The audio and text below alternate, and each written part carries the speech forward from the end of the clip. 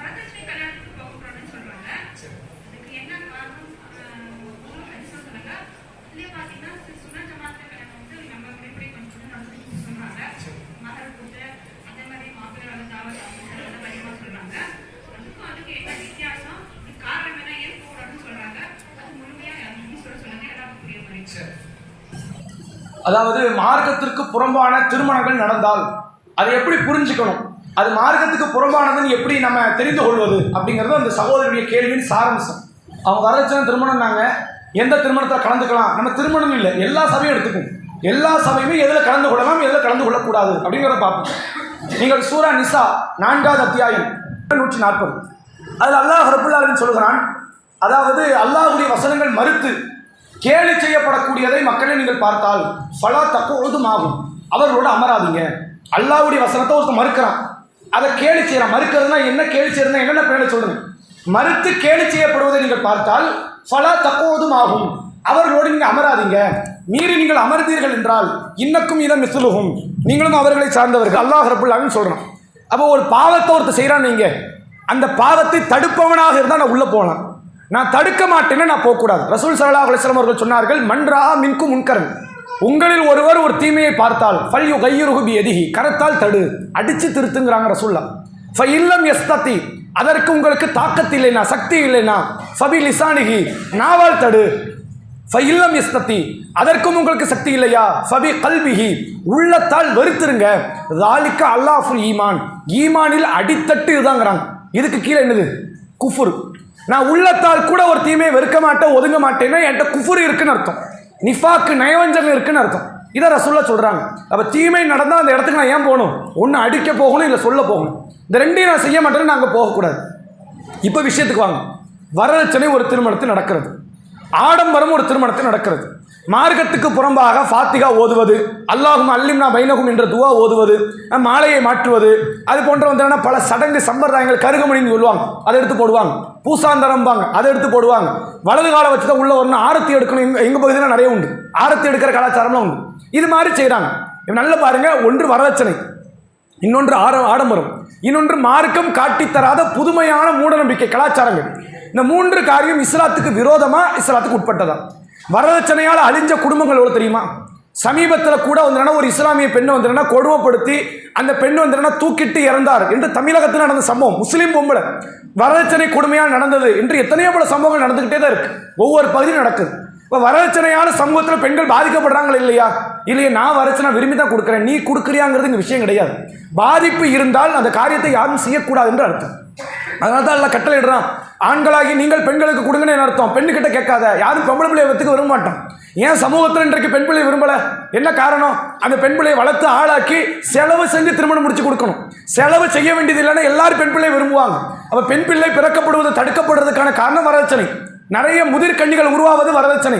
அதிகமான திருமணங்கள் இல்லாமல் ஓட்டம் எடுக்கிற சிலதெல்லாம் வந்து பள்ளிக்கூடத்தில் ஓட்டம் எடுக்காது நான் சொல்லலை.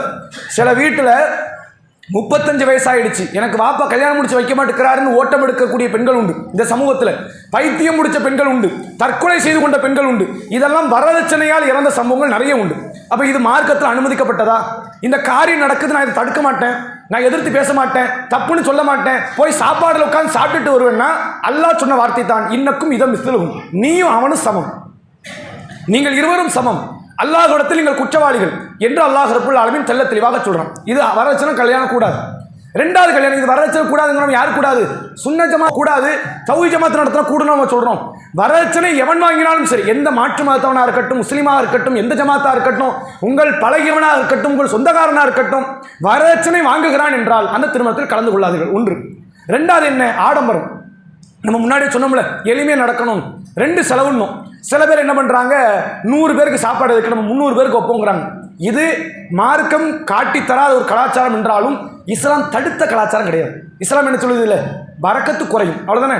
சில பேர் செலவு பண்ணுவாங்க, பட்டாசு வெடித்து வானவெடிக்கைகளை போட்டு கார்லெல்லாம் போய் மண்டபத்தையெல்லாம் பிடிச்சி கல்யாணத்துக்கு 20 லட்ச ரூபா பில்லை திட்டிடுவாங்க.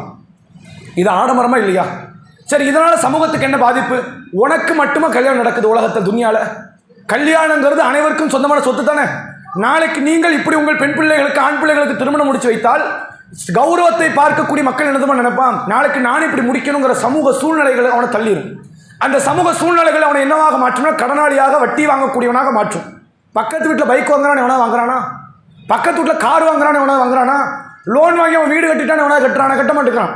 அவன் தகுதியை பார்க்குறான். ஆனால் பக்கத்து வீட்டில் திருமணத்துக்கு 10 லட்சம் செலவு பண்ணிட்டான் இவன் பண்ணுறான், பந்தல் போட்டானே இவன் போடுறான், மண்டபத்தை பிடிச்சாலும் இவன் பிடிக்கிறான். ஏன்? திருமணம் உனக்கு மட்டும் இல்லை எனக்கும் உண்டு, உன் பிள்ளைக்கு மட்டும் இல்லை என் பிள்ளைக்கு உண்டு. இது சமூகத்தில் யூனிஃபார்மாக மாற்றப்படுது. அப்போ இந்த இடத்துல மார்க்கம் சொன்ன விதிமுறைகள் மீறப்படுவதனால் இந்த திருமணத்தில் கலந்து கொள்ளக்கூடாது, ஆடம்பர திருமணம். மூன்றாவது என்ன, எங்கெல்லாம் மார்க்கத்துக்கு மாற்றமான மூட நம்பிக்கைகள் மக்கள் மத்தியில் விதைக்கப்படுவதை தடுக்கணுமா இல்லையா? தர்காக்கு ஏன் போகக்கூடாது? நான் அதை நம்பலப்பா, நான் போகலாமா? போகக்கூடாது. ஏன் போகக்கூடாது? அங்கே போடால் நீ தடுப்பவனாக போ, தடுக்கலைன்னா உனக்கு என்ன அங்கே வேலை? இது மார்க்கம் கேட்குதுல்ல. தர்காவுக்கு போகக்கூடாது, மௌலுது ஓதும் சபைக்கு போகக்கூடாது, மது அருந்தவனோட உட்காரக்கூடாது. அப்போ வரச்சன சபையில் மார்க்கத்துக்கு விரோதமான சபையில் மட்டும் உட்காரலாமா? இதுவும் தடுக்கப்பட்டது. இந்த அளவுகோலின் அடிப்படையில் திருமணத்துக்கு மட்டும் சொல்லலை, இந்த காது குத்து நிகழ்ச்சியும் வைப்பாங்க. பெண்ணு வந்து குழந்தை உண்டாகி கர்ப்பம் தெரிவிக்கக்கூடிய நேரத்தில் அந்த 7 மாதத்தில் வளகாப்பு என்ற பேரில் வைப்பாங்க.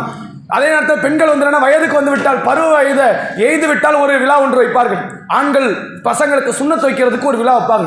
இது அனைத்துமே இஸ்லாம் காட்டி தராது. அவங்க வரச்சனை தான் மென்ஷன் பண்ணாங்க. திருமணம் மட்டுமல்ல, திருமணம் அல்லாத எந்த ஃபங்க்ஷனாக இருக்கட்டும் குர்ஆன் ஹதீஸுக்கு மாற்றமாக நடந்தால் போகக்கூடாது.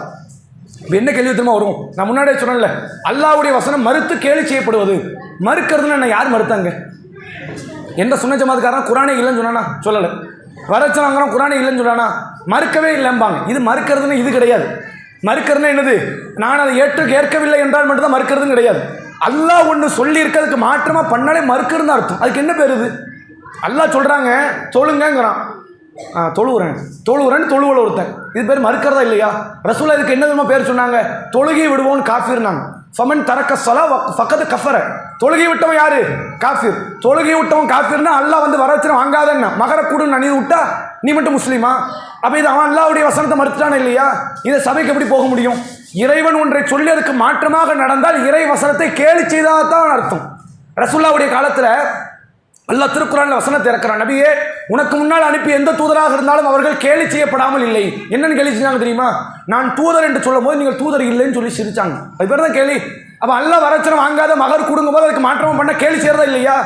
கேலி செய்யக்கூடியதான். கேலினா சிரிச்சாதான் கேலிங்கிறாங்க. நான் அதை செய்ய மாட்டேனாலும் கேலி செய்யறதுதான் அர்த்தம். இப்போ இறை வசனத்துக்கு மாற்றமாக நடக்கிற எந்த சபையாக இருக்கட்டும், அது தௌஹீது ஜமாத்துக்காரர் செய்தாலும் சரி, சுன்னத்து ஜமாத்துக்காரர்கள் செய்தாலும் சரி, வரதட்சணையோ காது குத்து நிகழ்ச்சியோ அல்லது பெண் பருவத்தை எய்த நிகழ்ச்சியோ, சுன்னத்து விடும் நிகழ்ச்சியோ, வளகாப்பு நிகழ்ச்சியோ, ஃபாத்திகா என்ற பேரில் நடத்துகிறாங்களே, வீடு கட்டி ஃபாத்திகா, மையமானால் ஃபாத்திகா, எந்த சபையாக இருந்தாலும் சரி குர்ஆன் ஹதீஸுக்கு மாற்றமாக அந்த சபை இருக்கும் பட்சத்தில் கலந்து கொள்ளக்கூடாது. கலந்து கொள்பவர்கள் தடுப்பதற்கு கலந்து கொள்ளலாம். எதுக்குடா அங்கே போகிறேன்? நான் எடுத்து கேட்க போகிறேன், நாக்கப்படுங்கிற மாதிரி 4 கேள்வி கேட்டதான் திருந்துவான்னு போகிறேன். தாராளமாக நீ இப்போ உன்னை போக சொல்லுது இஸ்லாம். போய் சாப்பிட போக சொல்ல, எதிர்த்து கேட்டுட்டு வான்னு சொல்லுது. நான் அதுக்கு போகலை. அப்போ எதுக்கு போகிற? என்னதான் இருந்தாலும் சொந்தம். இவனைத்தான் அல்லாஹ் குர்ஆன் அந்த வசனத்தில் கடைசியாக சொல்கிறான், முனாஃபிக்கீன்களையும் காஃபிர்களையும் நரகத்தை ஒன்று சேர்ப்போம். முனாஃபிக் யார்? காஃபிர் யார்? அல்லாஹ் இப்படி சொல்லியிருக்கிறான், அதுக்கு மாற்றமாக தான் நடத்தணும்னு சபையை நடத்தினான். அவன் காஃபிர். அவன் அப்படி நடத்துகிறான். இருந்தாலும் என்னுடைய சொந்தக்காரன் நீ போய் நிற்கிறேன், நீ தான் முனாஃபிக்கு. உங்கள் இருவரையும் அல்லாஹ் நரகத்தை உண்டு சேர்ப்பான். நல்லா தெளிவாக அந்த வசனத்தில் சொல்கிறான். அதனால் அத்தகைய சபையில் கடந்து கொள்ளக்கூடாது. பாவத்திற்குரிய சபை என்பதை புரிந்து கொள்ளுங்கள். அடுத்த கேள்வி.